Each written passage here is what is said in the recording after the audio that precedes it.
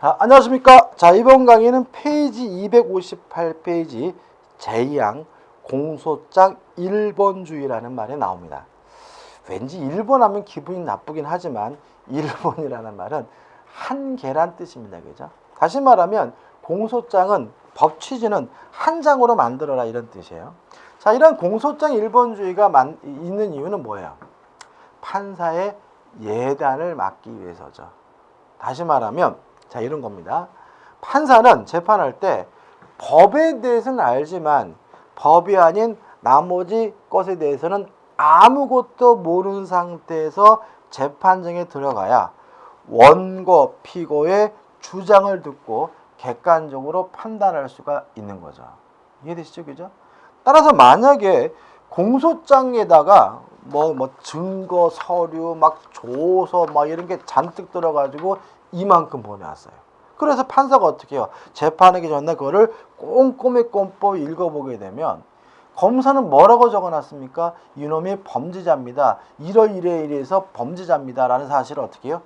예단을 갖게 되고 따라서 재판정에 가가지고 앉아가지고 피고 측에서 피의자 측에서 아무리 억울하다라고 주장하더라도 그것이 들리지 않기 때문에 뭐죠? 공소장 1번주의라는 것을 인정하고 있는 겁니다. 그래서 우리가 현행형법상 영장을 발부한 판사는 본 재판에 참여하지 못하는 게 원칙입니다. 그래서 영장 전담 판사라고 해요. 왜 그런 거예요? 영장을 발부하신 분은 영장을 발부할 때 어떻게 해요? 다 내용을 확인했잖아요. 그래서 그분은 이미 뭐가 형성되어 있는 상태예요? 예단이 형성되어 있는 상태이기 때문에 공정한 재판을 하지 못한 우려가 있다는 의미에서 그분들은 본 재판 절차에서 원칙적으로 뭐가 되는 거죠? 배제가 되는 거죠. 개념 한번 읽어보시고 이론적 근거, 그죠? 이렇게 봤죠. 당사자주의 소송구조, 그죠? 이론적 근거에서 1번 예단 배제 원칙이다. 말씀드렸고, 그죠?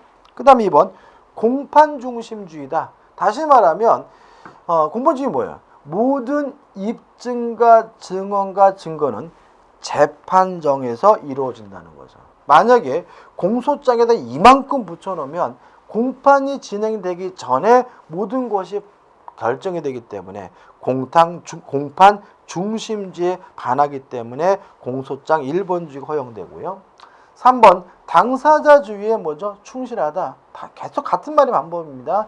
만약에 공소장이 이만큼 붙어 있으면 아무리 피고 측에서 주장하더라도 그것이 인정되지 않고 검사가 주장하는 것만 받아들이게 되니까 당사자주의에 반하기 때문에 1번주의라는 걸 채택하고 있다. 그죠? 한번 꼭 읽어보세요. 그죠? 그 다음에 4번 위법한 증거의 배제와의 관계죠. 자, 이런 얘기입니다. 만약에 공소장 1번주의가 없다면은 검사는 수단과 방법을 동원해 가지고 증거를 마련해서 공소장에다가 첨부를 하겠죠. 그러면 아무리 그 증거가 위법하다 하더라도 판사 입장에서는 뭐예요? 요놈 쳐 죽일 놈 이런 의식을 갖고 있기 때문에 정상적인 재판이 이루어지지 않는다는 거죠. 그래서 이런 네 가지 이론적 근거 때문에 공소장 1번주의라는 것이 유지되고 있는 거죠. 그러다 보니까 이제 언론에서 그 검사들이 기사회견하는 것이 심각한 문제가 있어요. 이해되시나요? 판사도 사람이니까 9시 뉴스 보시겠죠. 약간 노땅이시니까 드라마보다는 뉴스는 열심히 보실 거 아니에요, 그죠? 그럼 예를 들어가지고 판사가 뉴스를 보니까 검사가 나와가지고 어디서 뇌물 받고 이렇게 기자를 해요. 그러면 이제 판사 사람이니까 야, 저놈 나쁜 놈이라고 예단을 가졌는데 정작 그분이 그 재판에 판결하는 판사라면 그러한 기자회견하는 것도 판사에게 예단을 줄 수가 있습니다. 그래서 그것도 하면 안 돼요. 그래서 원래 그것도 처벌합니다. 공소사실 유포죄라고 해가지고 그래서 검찰이나 경찰이 공소사실을 대외적으로 유포하면 처벌하도록 하고 있고요. 그것도 다 뭐예요? 공소장 1번주의 예단을 방지하기 위해서 그런 것이죠. 이해되시죠? 그죠? 우측에 보시면 내용이 나옵니다. 원칙 예단할 수 있는 거는 다 빼야 돼요. 그래서 첫째, 가장 중요한 것들 뭐가 있습니까?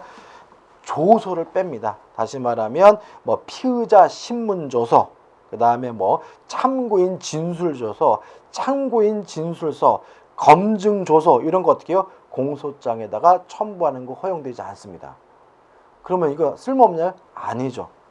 재판이 시작되고 나서 원과 피고간에 싸우는 과정에서 당사자가 대결하는 과정에서 그때 누구한테요? 판사에다가 나중에 제출해야 됩니다.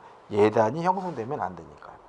다만 예외가 되는 것은 뭐냐면 변호인 선임서는 낼 수가 있어요. 그 다음에 보조인 신고서 낼 수 있고, 만약에 특별대리인이 선임됐다면 그 사람의 등본은 첨부할 수 있고요. 중요한 것은 뭐죠? 구속영장입니다. 다시 말하면 구속영장이나 체포영장 등이 발부됐다면 그러한 것을 관련된 서류를 뭐예요? 첨부해야 됩니다. 그러니까 구속영장 발부하기엔 증거조서가 첨부되는 게 아니라 영장이 발부됐다는 정도, 그 정도는 뭐죠? 첨부할 수 있다는 거 기억해 두시면 됩니다. 따라서 2번 내용 인용도 뭐죠? 금지가 됩니다. 그죠? 다시 말하면 예를 들어서 이 사람이 몇 점 몇 항에 해당해서 무슨 범죄입니다라고만 하면 그만인 것이지, 뭐 유명한 형법학자인 누구의 뭐 저술에 따른다면 이러이러한 사람은 뭐 이렇게 처벌하고 있습니다. 내지는 뭐 옛날에 뭐 아리스토텔레스도 뭐 이런 식으로 막 이렇게 써놓으면은 또 판사에게 뭐가요? 예단이 형성될 수 있기 때문에 인용도 뭐가 돼요? 금지가 돼요. 다만 예외가 있겠죠. 자, 왜 뭐예요? 협박, 공갈, 명예훼손죄죠. 다시 말하면 협박이나 공갈이나 명예훼손죄는 그 문서에 기재된 내용이 뭐일 수 있어요? 범죄 구성 요건일 수가 있죠. 예를 들어 가지고 인터넷에다가 댓글로 명예훼손했다. 그러면 그 인터넷 네이버에 있는 그 내용을 첨부하거나 인용하는 것은 범죄 사실을 고지하는 것이지 뭐 하는 것은 아니에요? 예단을 형성하는 것은 아니기 때문에 예외적으로 허용된다는 거 기억해 두시기 바랍니다. 그 다음에 여사 기재의 금지. 이 여사란 말 참 보시면 여러분들 그 형사법 공부하면서 참 말 더럽게 그죠? 어렵게 한다 이런 말이 나와요. 이런 생각 드시잖아요. 그죠? 여사라는 말은 뭐냐면 공소장에다가 적으라져 있는 딱 요 4가지만 적을 수 있고 나머지는 기타 등등은 뭐 할 수 없어요? 적을 수가 없는데 이걸 우리가 여사 기재의 금지라고 하는 거죠. 그죠? 그럼 뭘 적지 못하느냐? 1번 전가 기재는 원칙적으로 허용되지 않아야 합니다. 왜냐하면 그 사람이 전가범이라는 사실이 예단을 주는데 뭐죠? 영향을 주잖아요. 예를 들어 가지고 절도를 했는데 절도 전가 24범이다. 그러면 어떻게 해요? 아이고 자식 또 했네. 이런 식으로 예단을 줄 수가 있기 때문에 원래는 안 되지만 밑에서 두 번째로 다만 판례는 공소사실과 무관한 전가라도 피고인을 특정할 수 있는 사항에 해당하는 경우는 그 기재가 뭐죠? 허용된다고 합니다. 다시 말하면 이것은 예단을 주기 위한 건 안 되지만 피고를 뭐 하기 위해서요? 특정하기 위해서 전가를 기재하는 것은 허용된다는 것이 판례인데 썩 마음에 드는 판례는 아닙니다. 그 다음에 넘겨보시면 핵심 판례 그거죠. 그 다음에 전가 외에 악성격, 악경력, 악소행위 이거 기재할 수 있느냐 이런 얘기죠. 여러분들 보시면 우리가 인터넷 같은 거 보면은 이 댓글 같은 거 막 사람들 막 흥분하죠. 왜 그런 거예요? 그 사람이 어떤 범죄를 저질렀다는 것만 가지고 뭐죠? 판단하는 게 아니라 그 사람의 나머지 악행 가지고 판단하는 경우가 많아요. 예를 들어 가지고 이런 거죠. 이제 뭐 어떻게 와이프를 폭행했어요. 근데 이제 어떻게 해요? 아나운서 기자가 나와가지고 이 김말동 씨는 과거에도 아내를 폭행한 경력이 있어가지고 이혼했는데 이번에도 뭐 이렇게 남아야죠. 그러면 이제 어떻게 해요? 사람들이 어떻게 해요? 그럼 그렇지 자식. 아이고 과거에도 이혼하고 그러더니 자식이 임마 이번에 또 거짓 텐데 이런 식으로 해가지고 뭐가 생기는 거예요? 예단이 생기기 때문에 전가 이외에 악성격 등은 뭐 하면 안 돼요? 기재하면 안 되는 거죠. 그 다음에 3번 범죄 동기도 기재하면 안 돼요. 그죠? 자, 이런 거 있죠. 우리가 예를 들어서 장발장, 그죠? 배가 고파서 빵을 훔쳤다. 네? 그러면 배가 고파서 빵을 훔쳤으니까 판사가 어떻게 해요? 아이고 불쌍하니까 처벌 안 하겠네. 이런 생각을 가질 수가 있는 거죠. 그거는 나중에 형량을 계산할 때 그것을 어떻게 해요? 참고할 문제인 것이 이 사람이 빵을 훔쳤는지 안 훔쳤는지 유무죄를 판단할 때 그것이 고려되면 안 되거든요. 다시 말하면 먹을 것이 없어서 뭐 빵을 훔쳤다는 둥, 뭐 한 달 동안 길려가지고 굶어가지고 어떻게 해요? 무전 취직했다는 둥, 그 범죄 동기는 기재하면 안 됩니다. 왜요? 범죄 동기가 유무죄를 판단함에 있어서 무엇을 줄 수 있어요? 예단을 줄 수가 있기 때문에 그런 거죠. 이해되시죠? 그죠? 근데 이런 것들은 좀 기억해 두셔야 돼요. 왠지 우리는 공부를 안 하신 분들은 당연히 뭐예요? 동기를 고려해가지고 왜 사람을 죽였는지 동기까지 고려해서 어떻게 해야 된다. 이런 게 상식이잖아요. 그죠? 근데 그거는 결국 뭐예요? 형량을 판단할 때 문제인 것이지 유무죄를 판단할 때는 그런 거 알면 안 되는 거예요. 왜요? 예단을 줄 수 있기 때문인 거죠. 핵심 판례도 같은 취지니까 꼭 기억해 두시기 바랍니다. 그 다음에 4번 여죄 사실의 기재. 이 여죄라는 말은 뭐냐면 나머지 범죄라는 거죠. 다시 말하면 공소 사실에 기재된 것이 아닌 다른 범죄를 공소장에 기재할 수 있느냐? 안 된다. 왜요? 예단이 생기니까. 그죠? 이해되시죠? 그죠? 그다음 우측에 보시면 이제 3회가 판례도 같은 취지입니다. 공소장 1번주의의 적용 범위 및 예외가 나와요. 1번 공소 제기할 때만 인정됩니다. 다시 말하면 공소장 1번주의란 재판하기 전에 미리 아는 것, 미리 예단하는 것을 방지하기 위한 제도예요. 따라서 공소가 제기될 때만 필요한 거고요. 이미 공소가 제기된 후에는 당연히 뭐죠? 판사가 그 내용을 알아야 하는 것이니까 공소 제기 후에는 상관이 없는 거죠. 따라서 상소심 절차나 파기 환송의 절차 등을 개시할 때는 서류나 물건 등을 첨부하는 거 가능합니다. 언제만 안 되는 거예요? 공소를 제기할 때만 안 되는 거죠. 예외 1. 약식 절차. 자, 약식 절차는 이런 거죠. 굳이 이거 뭐 법률 벌금형 정도로 끝낼 것 같은 경미한 사건의 경우에 뭐 원고, 피고 불러놓고 복잡한 정식 재판할 필요가 있느냐? 그냥 빨리 끝내자 이런 의미에서 인정되는 것이 뭐죠? 약식 절차니까 굳이 예단 안 갖고 뭐 이렇게 복잡할 필요가 없는 거죠. 따라서 1번 약식 절차의 경우에는 공소장 1번주의가 적용되지 않습니다. 따라서 약식 명령을 신청할 때는 다 첨부하는 거죠. 첨부해가지고 판사한테 뭐 하게 돼요? 첨부하게 되고요. 다만 그 약식 절차에 이의가 있어서 정식 재판을 신청해서 정식 재판으로 넘어가는 경우는 당연히 공소장 1번주의가 뭐가 되겠어요? 적용이 되겠죠. 그래서 핵심 판례는 약식 절차, 약식 명령에 대해서는 원칙적으로 공소장 1번주의가 적용되지 않는다는 판례니까 한번 읽어보시기 바랍니다. 2번 즉결 심판. 이것도 공소장 1번주의에 적용되지 않겠죠. 그죠? 예를 들어 제가 무단 방류했어요. 방류해가지고 창피해 죽겠는데 걸려가지고 유치장에서 하룻밤 잤단 말이죠. 그래서 경찰서장이 저를 즉결 재판을 넘겼어요. 그죠? 그래서 저는 내 마음은 어떤 마음이야? 빨리 끝내고 집에 가지 그냥 창피해 죽겠단 말이죠. 그런 사람한테 뭐 공소장 1번주의라 해서 그냥 오늘 나오고 내일 나오고 다음 달에 나오고 막 이렇게 지연되면 그거는 뭐죠? 지옥과 같겠죠. 그죠? 다시 말하면 직결 심판도 뭐예요? 빨리 끝내려고 하는 거거든요. 따라서 공소장 1번주의가 뭐죠? 적용되지 않습니다. 따라서 경찰서장은 그 안에 뭐죠? 증거 서류나 이런 걸 어떻게 해요? 다 넣어가지고 직결 재판을 신청할 수가 있는 거고요. 그것이 핵심 판례 내용이니까 한번 읽어보시기 바랍니다. 그 다음 넘겨보시면 이제 뭐가 나옵니까? 4번 공소장 1번주의에 대한 효과예요. 이거는 공소 제기가 무효입니다. 따라서 법원은 공소 기각 판결을 내려야 합니다. 심각한 문제죠, 그죠? 다시 말하면 이렇게 그냥 공소장을 그냥 한두 장으로 보내야 되는데 여기에다가 막 어떻게 증거 막 줘서 신문조서에서 이따만치 판사한테 어떻게 보내왔어요.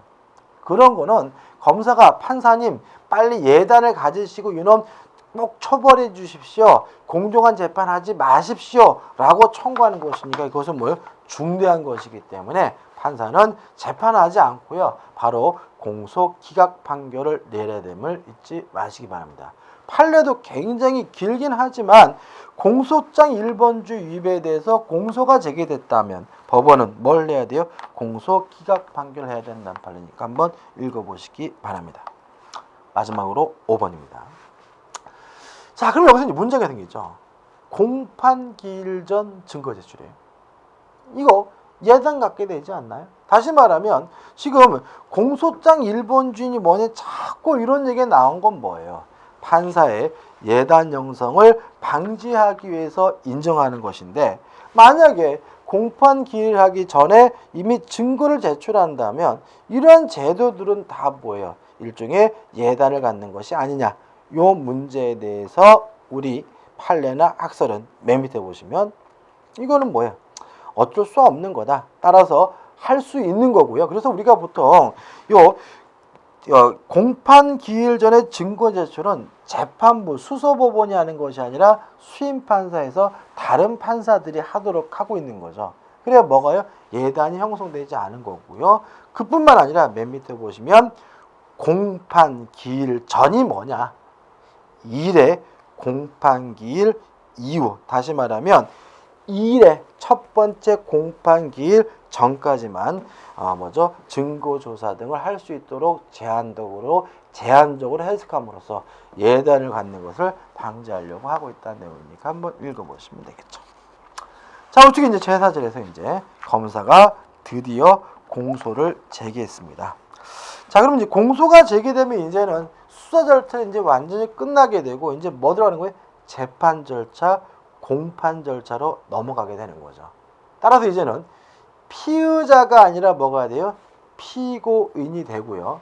그 다음에 피고인이 되는 순간 이제는 검사에 대한 수동적인 수사의 대상이 아니라 이제는 검사와 동등한 소송의 당사자로서 어떻게 대우를 받게 되는 거죠.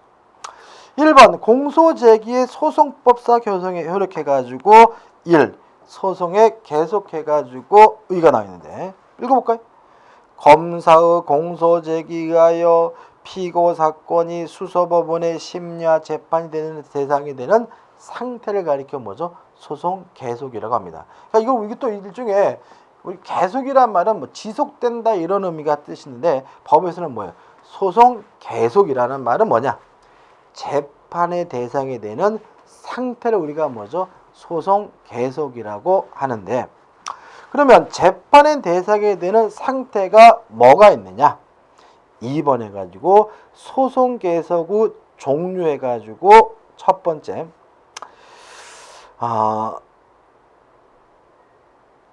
읽어볼까요? 이렇게 되죠.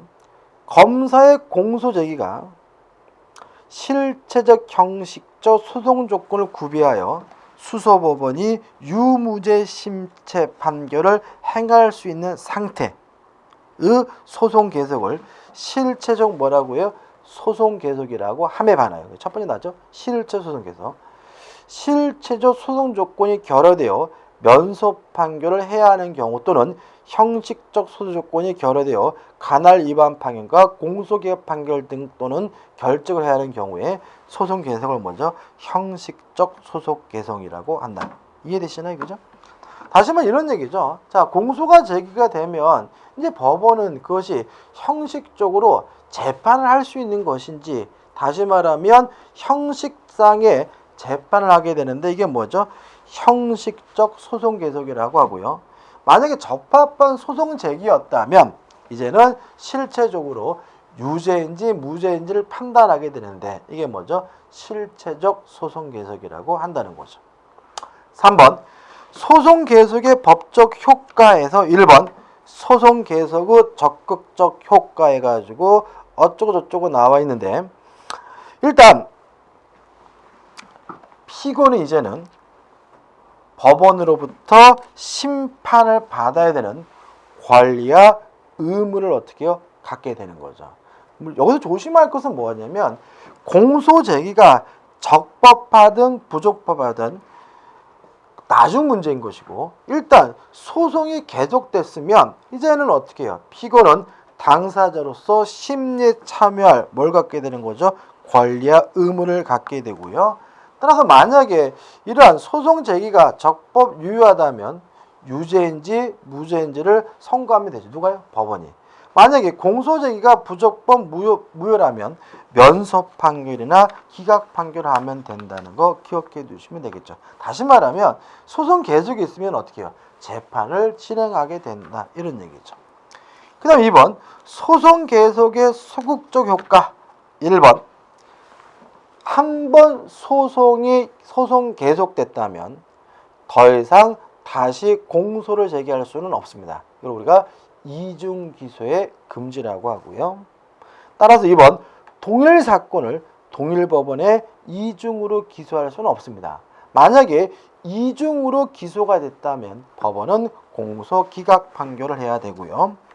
3번 동일 사건을 수개 법원에 이중 기소할 수 있느냐에 대해서, 자, 이런 얘기죠. 자, 지금 이 사람이 물건을 훔쳤어요. 근데 검사가 A 법원에다도 기소하고 B 법원에도 어떻게 해요? 기소하고 이렇게 여러 법원에다 기소를 했으면 전체에 대해서 공소기각 판결을 내릴 수는 없는 거죠. 그럼 어떻게 해요? 사물가란이 다른다면 법원 합의가 뭐 하면 돼요? 심판하면 되고요. 만약에 사물관할이 같다면 먼저 공소 제기를 받은 법원이 심판하고, 만약에 이 법원이 심판할 수 없게 된다면 나머지 법원은 어떻게 해요? 공소 기각 결정을 하면 되겠죠. 그죠? 이 정도면 되겠죠. 그 다음 2번 심판 범위 확정은 좀 내용이 좀 많기 때문에 다음 강의 때 이어서 들어가도록 하겠습니다. 감사합니다.